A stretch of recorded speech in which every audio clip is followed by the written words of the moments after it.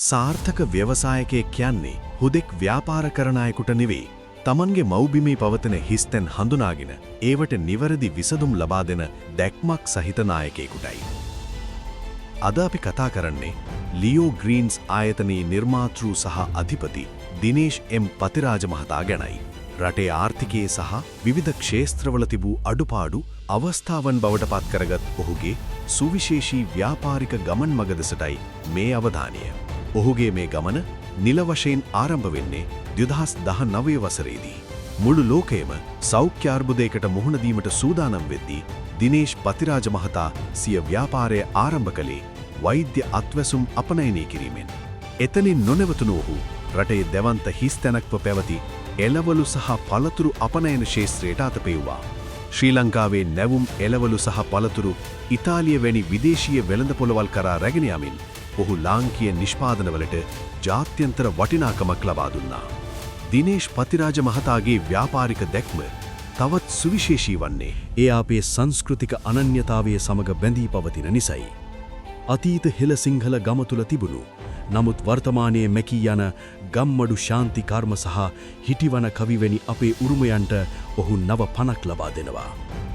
මියදෙමින් පවතින අපේ ගමට නව ශක්තියක් සහ අරුතක් ලබා දෙමින් හෙළ සිංහල අපට අහිමි වූ ඒ පැරණි අභිමානය නැවත ඉදිරියට ගෙනීම ඔහුගේ මූලික අරමුණයි.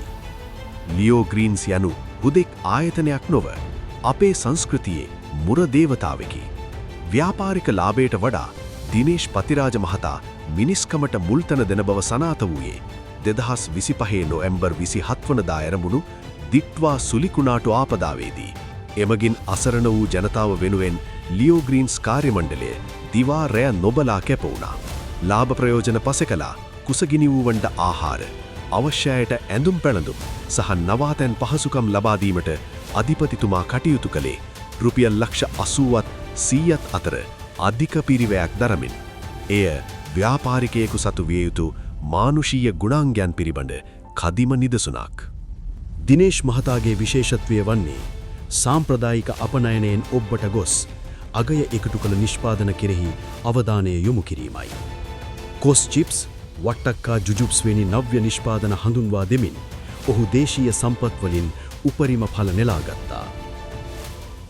එමෙන්ම ලාංකීය උරුමයක් බඳු වූ මැටි කර්මාන්තය නගා සිටවීමටත් එහි තිබූ හිස්තැන් පුරවමින් නව වෙළඳපොළවල් සොයා යාමටත් ඔහු කටයුතු කළා.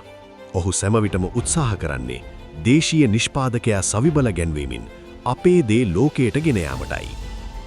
සංඛ්‍යා ලේඛන පවා ඔහුගේ සාර්ථකත්වයට සාක්ෂි දරවවා.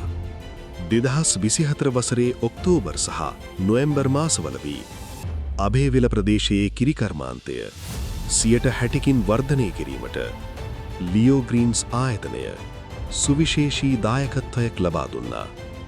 හිස්තැන් දැකීම පමණක් නොවේ, ඒවා පිරවීමට අවශ්‍ය ධෛර්යය සහ කැපවීම දිනේෂ් පතිරාජ නම් ව්‍යවසායකයා සතුයි.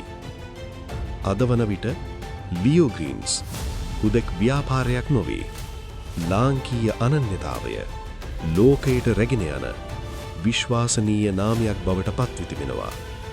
දිනේෂ් එම් පතිරාජ මහතාගේ නායකත්වයෙන් ලියෝ ග්‍රීන්ස් ඉදිරියටම